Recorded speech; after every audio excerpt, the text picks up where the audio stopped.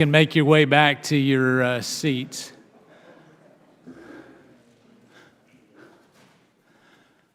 I think the ranking member is probably on his way, and we're going to go ahead and get reconvened at this point, seeing a nod from actually the people that do the work, the staff. We'll go ahead and the Subcommittee on Government Operations hereby reconvenes. Chair recognizes the gentleman from Georgia, Mr. Heiss, for 5 minutes. Thank you, Mr. Chairman. Ms. Bean, I want to pick up with you if we can continue here. Any idea how much revenue is lost to offshore tax evasion each year? Estimates have been between $100 and $150 billion per year is lost to offshore tax evasion. All right, between 100 and 150 billion. And you're satisfied with that estimate? Yes. Okay. And how much is revenue is brought in because of FATCA? I don't know. It's such a new law. They just started the reporting in 2015. I don't know if they have any statistics yet. Okay. The Joint Committee on Taxation estimated 870 million. Are you familiar with that estimate? That is being brought in per year? I wasn't familiar, but okay. Okay. Based on that, assuming that the Joint Committee on Taxation is accurate, at least in the ballpark, is very poor math. We've got a loss of 100 to 150 billion. We're only bringing in 870 million.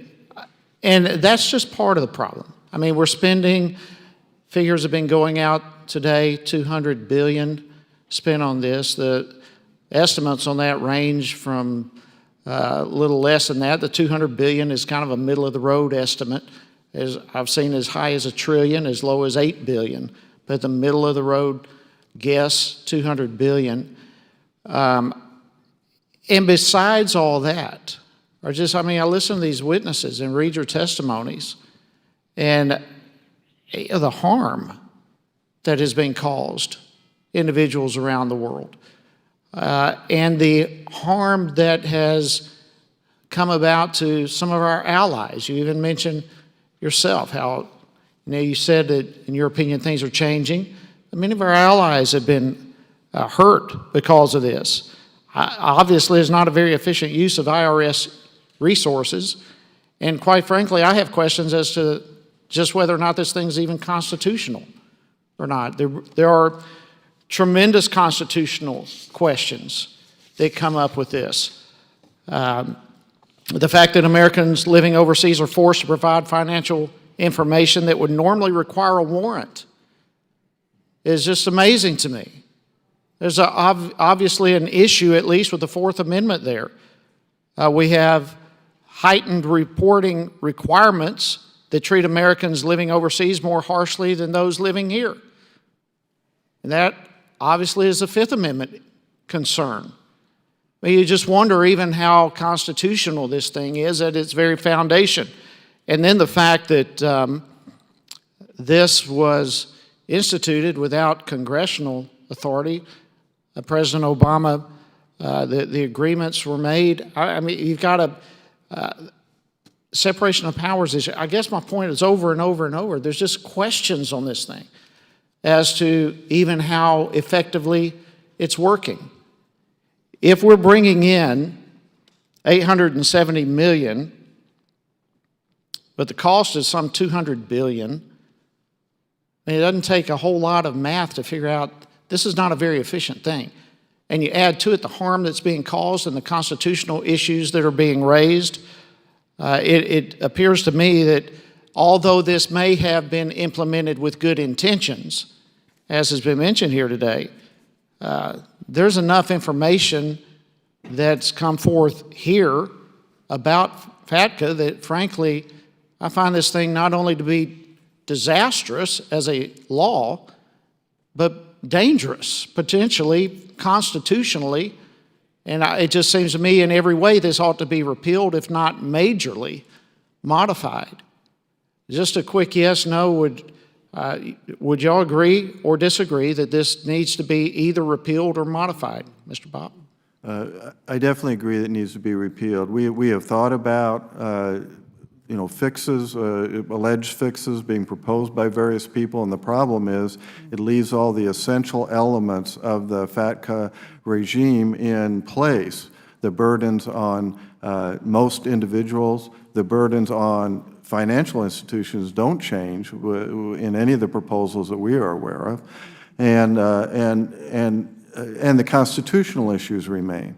And we just should not be treating people that are U.S. citizens because they are residing abroad, stripping them of their rights as if they are second-class citizens. Okay, my time has expired, Mr. Crawford and Mr. Cattell. And yes or no, repealed, modified? Yes, I support a repeal. Yes, I support repeal. No, I don't. And just so you know, the courts that have looked at these types of issues have upheld the right of Nor do you government. believe it should be modified. You like it just as it is? I think there's some modifications that would be appropriate. Okay, thank you, Mr. Chairman.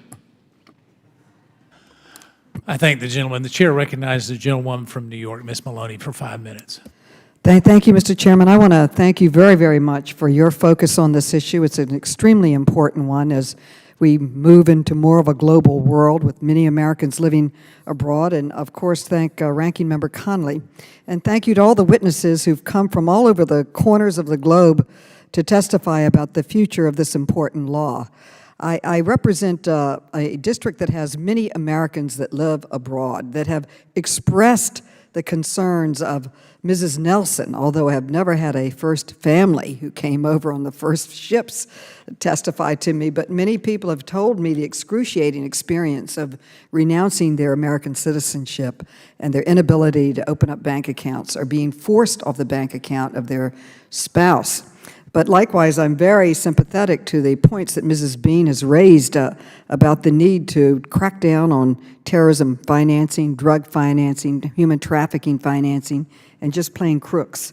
But I do think that we could reach some type of agreement in going forward. I personally do not think FACTA should be abolished, but certainly the reporting procedures should not subject ordinary Americans, in my opinion, to the same scrutiny as criminal tax evaders, more money launderers, and coming from New York, which is constantly a terrorist target, the extreme concern that law enforcement has in New York, and I'd say around the country, of terrorism financing. I've been particularly interested in this issue for some time now. As co-chair and founder of the Americans Abroad Caucus, I have heard reports from constituents overseas detailing how FACTA's expensive and risky reporting requirements have had a negative impact on access to banking services for Americans living abroad. FACTA was passed to fight overseas tax havens and make sure that American money could not be hidden from tax obligations, which is something I strongly support, and I'm sure most members do as well. It does this by requiring foreign financial institutions to disclose certain information to IRS about American-held accounts, or the institution will be subject to a 30% withholding tax on all of its income from U.S. sources. Unfortunately, in order to minimize their exposure to FACTA reporting requirements and avoid any withholding fees and potential penalties, some foreign financial institutions have decided to simply close accounts for U.S. citizens or refuse to open new ones for them or have asked them to get off the account of their spouse. As a result, many law-abiding American citizens living overseas have lost access to everyday financial tools such as mortgages, bank accounts, insurance policies, and pension funds, all of which are critical services in a modern economy, regardless of your place of residence. Now, I believe it is essential that the Treasury Department has the tools it needs to fight overseas tax havens and make sure that any American money around the world remains compliant with the U.S. tax code. But the current FACTA reporting procedures subject ordinary Americans to the same scrutiny as criminal tax evaders. It's gotten so bad that some Americans have resorted to renouncing their American citizenship in response, and that's unacceptable. Whether it's 1 or 2 or 2,000, we should not live in a world where people feel they have to renounce their citizenship in order to comply with basically transparency laws. Recognizing the consequences that the reporting requirements have had on Americans living abroad, the IRS Taxpayer Advocate Service 2015 annual mid-year report to Congress recommended that the IRS exclude from FACTA reporting financial accounts maintained by a financial institution in the country in which the U.S. citizen is a bona fide resident. And I have here a letter that about 20 members of Congress joined me in signing and sent to Treasury and IRS supporting this idea, this narrow exemption for American taxpayers. The report details how this proposal would mitigate concerns about unintended consequences raised by overseas Americans, reduce the reporting burden on FFIs, and allow the IRS to focus its enforcement efforts on identifying and addressing willful attempts at tax evasion or money laundering or money hiding through foreign accounts. The IRS would retain access to foreign financial account information, as citizens would still be required to submit the report of foreign bank and financial accounts. Additionally, the Financial Crimes Enforcement Network, or FinCEN, the query system ensures IRS employees direct access to FBAR data. The Treasury Department has not yet implemented this recommendation, and I wrote this letter on September 15th of 2015, which I'd like to submit to the record, Mr. Chairman, Without objection. to the IRS and Treasury Departments urging adoption of this reform, but still nothing has happened. So today, as we hold this hearing, they haven't taken any been taken to institute a policy to alleviate the burden on overseas Americans as a result of FACTA. That is why last night I introduced the Overseas American Financial Access Act, which would implement the recommendation and exempt Americans from FACTA reporting if their accounts are held in the same country where they are bona fide residents. It is a narrowly tailored change that could drastically improve the financial conditions for Americans living abroad. I hope my colleagues will join me in this good faith effort to make FACTA more effective in its intention and yet less burdensome on law-abiding Americans living and working abroad. And I request permission to place in this record, I think, an excellent document that was prepared by the Foreign Account Reporting on the issue and ways that could be improved, which included the recommendation that I legislated last night. And I have the bill here, and I'd also like to put that in the record. I feel that this narrowly tailored approach would relieve the burden on American residents, members of Americans, yet keep the benefit of cracking down on terrorism financing, drug financing, human trafficking financing, and just plain criminal behavior. My time is long expired. I thank the gracious chairman for allowing me this time to speak, and I look forward to a second round where I can participate in asking questions. Thank you. All right, I thank the gentlewoman. Her two unanimous consent without objection so ordered. And the chair recognizes the gentlewoman from the District of Columbia, my good friend Eleanor Holmes Norton.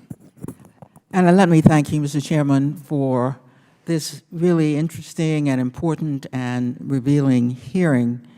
I was pleased to hear my good friend, Ms. Maloney, take a stab at how we could, in fact, go at the probable unintended consequences of going after bad guys and getting good guys, while at the same time not opening the gates altogether to the bad guys. Indeed, I was a little surprised to hear some of your responses to the question that was asked by my colleague on the other side, whether repeal or modification was appropriate Let me remind you what it takes in this Congress and what it took in the Congress that passed this to get legislation through to recoup taxes or to tax anyone. The evidence was overwhelming of human trafficking, of drug smuggling, of tax cheats, so overwhelming that in a Congress which is not known as passing a lot of bills, and in a Congress which has cut the IRS more than it has cut any other part of the government, this legislation, FATCA, was passed. So I have to ask you, when you say you would like repeal, do you really mean you'd want no law on the books that went after the bad guys so that we could make sure that the good guys weren't, in fact, caught? I ask you to think about that. Because this is the kind of modification that is going to take bipartisan support. And you just heard a member offer at least one version of modification. But if you come to the Congress of the United States, who passed a law like this after being overwhelmed by evidence, and say the only thing we want is a wide open gate, and ask you to throw all of that away, then you're not really helping us. So I'm asking you whether you would consider the notion of modifications that would, in fact, help us deal with what moved all of us during your testimony. Mr. Bopp, let me hear all down the line on that. Thank you, and of course we have considered the possibility of changes such as proposed and other proposals, and the problem is we do not find that they will be effective in relieving the burdens. All right, Mr. Bopp, and my time is... And I can tell you why. You know, you may not have seen any yet, but you see what you give us, an all or nothing kind of resolution. And that, of course, it tells us who don't do much in the first place, nothing. I just want to ask, I would maybe the chairman would grant me some time as well, because I want to see whether any of you would be open to modification, going back to where we were. The fact that you haven't seen one now, Mr. Bopp, doesn't mean that there isn't one in existence, and there haven't been hearings like this. Doesn't mean that working with people couldn't help us. But I do have to ask Ms. Beam about this what looks like the rest of the country moving toward us with this common reporting standard. Does that, in fact, share much of what we've been talking about in FATCA, Ms. Beam? This common reporting standard, this OECD effort to collect and share information about foreign held accounts? It's modeled on FATCA. It's very similar to it. It's not identical. But yes, and over 100 countries have now signed up to that system. So if anything, it looks like the rest of the world is moving toward what FATCA, because of hearings which opened this matter up, in fact found. So could they work together to stop the kind of tax evasion we've been talking about, the Common Reporting Standard and FATCA, Ms. Bean?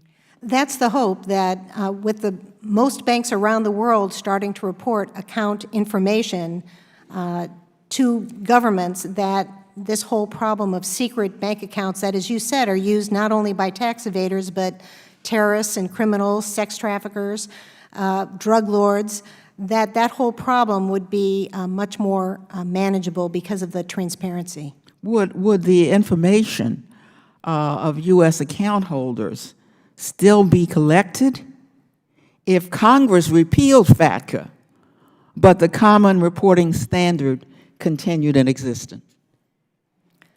I don't know the answer to that. I believe it would be, but I'd have to look at it more in detail. I wish you would get that answer back to our chairman. I have to tell all of you sitting at the table, I was a tenured professor of law before I came to Congress, and essentially I one of the, in addition to the hard letter courses I taught, one was negotiation, so I came kind of with the frame of mind, is lawyers can be most helpful if they understand that we live in a world where each side can't get what he wants, but can in fact be satisfied. And is that kind of problem-solving approach I've tried to bring to the Congress as well. So I must tell you, when somebody tells me, take back a piece of legislation that could have passed only if we were deluged with information that made it irresistible, if you tell me that that is the only answer, I have to tell my friends at the table, then you're asking for the status quo. And I would ask you to work with Ms. Maloney, with me, with the chairman, to find a way out of this dilemma so that in trying to help the good guys, and you represent them, we do not go back to opening the gate to all the bad guys we were after in the first place. And I thank the chairman for his indulgence. I thank the gentlewoman. I would like to make note that the chair did give the additional 2 minutes to the gentlewoman from D.C. That's why I love him so much. We're going to go ahead, since the gentlewoman from New York wanted a second round, we're going to go ahead and do a brief second round. But so I'm going to recognize myself for a series of questions. But let me clear up, I guess, some testimony. I've got sworn testimony that Ms. Bean says that we're not asking financial institutions abroad to do anything that the United States banks do. And Mr. Bopp, your sworn testimony seemed to be at odds with Ms. Bean. So help me clear up. Mr. Bopp, I think you said that more than just a 1099, they are required to have all kinds of other information. I want to give you a chance to correct the record if you were not correct in your sworn testimony. The 1099 that American banks are required to send in to the IRS and to the taxpayer, of course, reports the interest income on the account. It does not report gross receipts. It does not record gross withdrawals. It does not report the value of the account. These are things that FATCA requires foreign banks to provide to the IRS. All right, so you're saying that foreign banks have to do that and U.S. FATCA. banks don't. Okay, I think we'll get a different opinion here, but Ms. Bean, go ahead. Are you saying that his testimony is not correct? Mr. Bopp is correct. There is additional information under FATCA from foreign banks than there is in the U.S. bank. Why is that? I think that's just the way the law was written, but one reason Well, may do you be- not see that as problematic? Well, I think one reason is that U.S. banks are subject to subpoena from U.S. law enforcement in a way that foreign banks aren't. So, U.S. law enforcement, so you're if they saying wanted to get that information. FATCA's intent, from someone who should know, FATCA's intent was to allow a way to access information without a subpoena? Is that what you just said? Yes, just like 1099s. There's no subpoena for a 1099. Right, but you're saying that because we did FATCA, we're going to have our constitutional protections violated because of a law? Is that your sworn testimony here today? The courts have said it is not unconstitutional. The Well, but you're Supreme saying you're Court has getting said around you a can subpoena, get- is you're saying they're subject to a subpoena and somebody else is not subject to a subpoena. I think you were asking me why would FATCA require more information? No, I was than asking you if it was 1099? different, because your sworn testimony from my first round of questions is you said that we weren't asking them to do anything that a U.S. bank was asked to do. That was your sworn testimony, and I can get them to read back the transcript, but I assume that you're saying now you want to change that to say that, yes, we are asking foreign banks to do something that a U.S. bank doesn't have to do. Is that correct? What I meant in my testimony is that we're requiring foreign banks to file a form on all accounts opened by U.S. clients, and we have U.S. banks that have to file a form on all accounts opened by U.S. banks. But Mr. Bopp is correct. There are a couple additional items of information, primarily. So you would be the okay account with bank. waiving those couple additional items and amending the law, because obviously we're not treating people the same in the United States as we do abroad. I would not, because from a foreign bank, U.S. law enforcement... Well, I'm going to go would back not- to what the gentlewoman from the District of Columbia says. You can't have it the other way either. I mean, they may not be able to get full repeal, but you can't keep the full law and sit here and negotiate in good faith and assume that everything with FATCA is correct. In fact, the rest of the world has noticed the same difference. They're being We've been forced to notice the pressing world because US of what we're to doing. provide that additional So, information. would you that not they agree ask with foreign that? banks. They're being forced to do it because of what we're doing from our law and Because forcing we're- them to do it? We are forcing them through the 30% excise. And do you not see that some of these side effects that we've had expert testimony from Mr. Cutel and Mr. Crawford, that those side effects of our forcing financial institutions to do it are having repercussions that were not intended in the original law? My entire adult life, I've had to file a 1099 on every bank account I've ever opened. So you were okay, so you'd be okay? I'm okay with that. All right, so let's go there, and maybe that's a reasonable compromise. We repeal FATCA in that we require foreign institutions to have to file a 1099 to the IRS on interest income. Would you be okay with that? I'd prefer that the 1099 to be expanded to what FATCA requires. Therein is a deeper problem, but we The won't go only there. difference All is right, the Ms. Bean, account balance. we're not going to ever agree on that. So let's go ahead with this. Are you okay, yes or no, with us just repealing back and saying that a foreign account has to do a 1099 on interest income as a U.S. bank would do as Mr. Bott? And that's all they have to do. Are you okay with that? No, I'm not. Okay. You know, I find it challenging that because apparently, so what are the problems that you see with FATCA, Ms. Bean? Well, there are a number of problems. One of the problems is, How many problems would you say there are with FATCA? well, I haven't counted them up, but let me give you two of them. Okay. One is that when the IRS started to penalize people for violating the law, their penalties, they had a range of penalties they could do. They were very unreasonable in the penalties they applied. So what would a reasonable penalty be? Well, one of the things that the IRS did at the insistence of the taxpayer advocate is they came up with a system that if you had an inadvertent violation of the law... Inadvertent by who? Now, I will sometimes tell my wife that I forgot to take the trash out inadvertently. Is that, I mean, inadvertent by whose standard?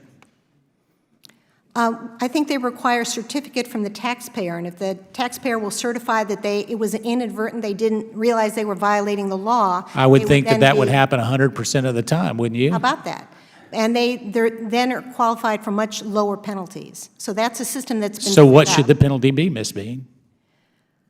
That's a very complicated question because there are a lot But of... you're an different expert factual witness. You patterns. were here at the request of the minority as an expert witness. I would assume you have an opinion on that since you were involved in part of this. What would be an appropriate penalty? Well, I'll give you an example. There was a gentleman that they found at a bank in Israel. He had hidden $21 million in those accounts, never been reported to the IRS. The IRS then ended up hitting him with a fine of $8.3 million for the many years that he hid those accounts, and he went through a lot of machinations to hide them from But that's IRS criminal. agents. That's criminal. I mean, so here's what we're talking about is when we are looking at that, if indeed he went through all kinds of issues. I mean, we've got laws that say we have to disclose those accounts. I know every year my accountant would ask that, but what you're saying is that, so a big penalty if he's got a lot of money is okay, but a big penalty if they don't have a lot of money is not okay? Is that what you're saying? I'm trying to figure out I'm trying to answer the question for you since you don't seem like you want to answer the question. What's an appropriate penalty? Well, the penalties currently are gauged to how much money is in the account. So that's one thing they do take into account. And another thing they take into account is whether it was inadvertent or not. So are you going to answer the question or not? What's the appropriate penalty? Sometimes the appropriate penalty is zero. If you didn't All right. know you were violating the law, the penalty could be zero. All right, so you're okay if we say you didn't know that you were violating a law, that the penalty would be zero? In some cases, yes. Okay, we're not getting much of anywhere. What would be the other example? So penalties being outrageous is one. What's the other problem? You said there was two. The other one I would mention is that we've had the FBAR for many years where people have to identify their foreign accounts. Right. But now under FATCA, we created another form that seems to be very duplicative of the first form. Right. And I'm not sure that we need that second form, and as people have said, there are a lot of trips and traps to complying with FATCA, and that seems to me to be one of them, to have that extra form. All right, so let me understand. Your best recommendation on improving FATCA is we get rid of one form and we may adjust the penalty. Those are your two best attempts at trying to fix FATCA. Yes, because as I say, I've lived my life under that regime. All right, I've so reported if my you've lived your income. life under that regime, knowing that there is a return, knowing that the IRS, that the gentlewoman from the District of Columbia talked about, knowing that there are financial resources, knowing that Commissioner Koskinen says that he can get a 20% return sometimes, or even, let's take conservative, under sworn testimony, he said an 8-to-1 return. Wouldn't we be better off taking the $71 million that we spent last year and using it for some other type of enforcement that provided a better return? Because aren't we only getting 1% of what your sworn testimony said? There's $100 billion out there. We're only collecting 1% of those taxes, and actually it's not even that. It's taxes and fees and penalties and interest.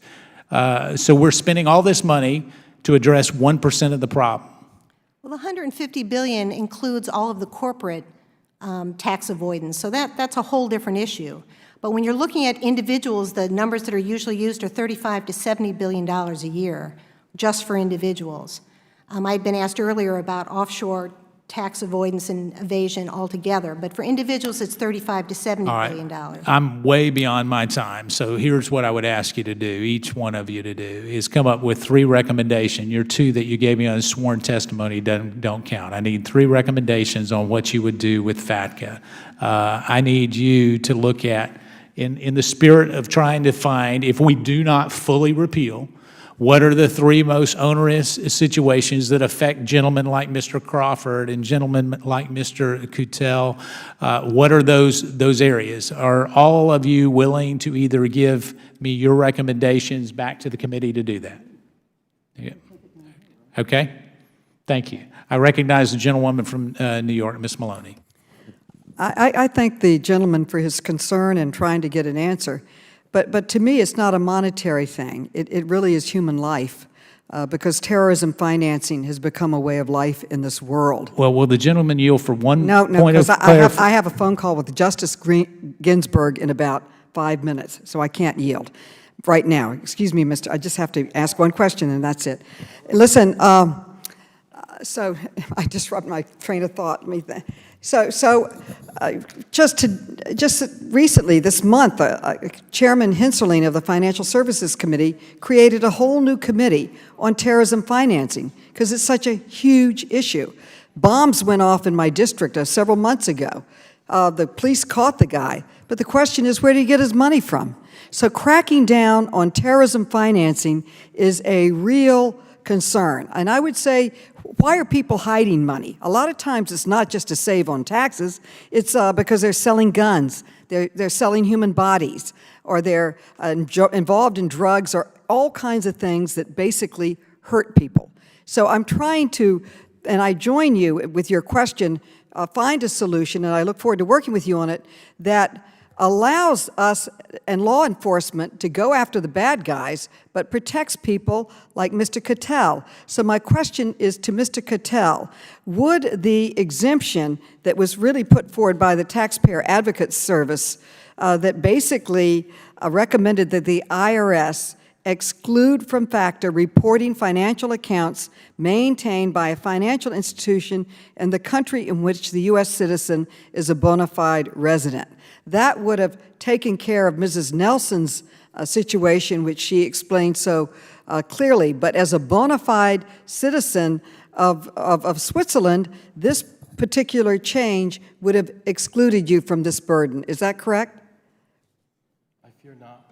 Pardon me? I fear not. Why not? Because you're a bona fide citizen in a company, you would no longer have to do the FATCA. That's what this recommendation says. From my experience, the damage of FATCA has already been done. The banks are already terrified of America. If you just exclude local residents from FATCA, they still have the reporting requirements for the taxation. When I take my daughter here to a bank, practically any bank, their first question is, are you taxed by America? They don't ask, are you reportable by America? They ask, are you taxed? Meaning she's a tax threat. And But so I've that's seen the a change. current law now. But if the law changed so that if you were a bona fide citizen, you could just say back to them, I am a bona fide resident of this country, therefore, or you could get a form from our government that says, therefore, if you're going to a financial institution in your country, I would like to get legal counsel look at it because I believe you would be exempt under these types of recommendations. In any event, something needs to be done on it, and I thank the chairman for his attention to it and his personal involvement in it, and absolutely all of the panelists. But I do believe cracking down on terrorism financing, which is one of the major reasons of this, is a critically important concern, unfortunately, in the world now. So thank you, and I yield back, and I thank you, and I'm sorry I couldn't yield, but I'm in trouble right now. That's all right. I got a very long memory, so that's we'll go from there. I thank the gentlewoman for I understand justice, a Supreme Court justice or a member from Congress from North Carolina. I would have made the same choice you did. So no, it's I thank the gentlewoman for her interest. So let me in the interest of clarity, let's talk about what this is and what it is not. This is really not about the terrorist organizations that go and deal with that. I have a little bit of expertise there. The Hezbollah sanctioning bill was a bill that I actually started in the first Congress. I understand the aspects. It is now law. It is affecting behavior because we're going after money for terrorists. But we use totally different vehicles than this particular vehicle. And so to suggest that they're one and the same would not be accurate. I mean, and when you look at central bank activity and the moving of funds and all of that, it is a very different issue. It's very complex, but it's very different. I have real problems with us treating citizens of the United States who happen to live abroad differently than citizens of the United States that happen to live in the contiguous 48 or whether it's Puerto Rico or anywhere else. When we start to look at this, it is critically important that we understand the constitutional foundations of who we are as a nation. And in the interest of everything that we know, we can go after all kinds of things where we start violating the civil liberties of individuals in the interests of compliance. And that's why we have our founding fathers set it up. That's why we have a Fourth Amendment. And we've got other areas where the Fourth Amendment is being challenged. And so, Ms. Bean, I would ask you to have an open mind and try to figure out those areas where the side effects and the testimonies that we've heard from these individuals and others, thousands of others, are being affected. So I'd ask you to keep an open mind and look at that. Mr. Bopp, I'd ask you to look at it from a different perspective, is assuming that we can't get enough bipartisan support, which I believe we can. But if we can't get enough bipartisan support to repeal this and actually replace it with something else, and I hate to use the word repeal and replace in the context of anything these days, but as I look at this, if we can look at repealing and replacing it with something, I would ask you to take the thoughtful suggestions here. Here is my closing remark, though. Senator Rand Paul recognized an issue that was brought to him not only from his concern for freedom-loving individuals and the Constitution, but it was something that was highlighted over and over again. And if you travel abroad, we have U.S. citizens who love the United States, who truly, some of them are more patriotic than some who live in my state of North Carolina. And yet they're being forced with a decision of do they renounce the country they love so that they can continue to transact even a normal bank account. And that's a choice that we shouldn't be forcing people to make. I think there are ways that we can figure this out and tailor this so that we truly go after those who have a problem with tax, not only avoidance, but criminal activity.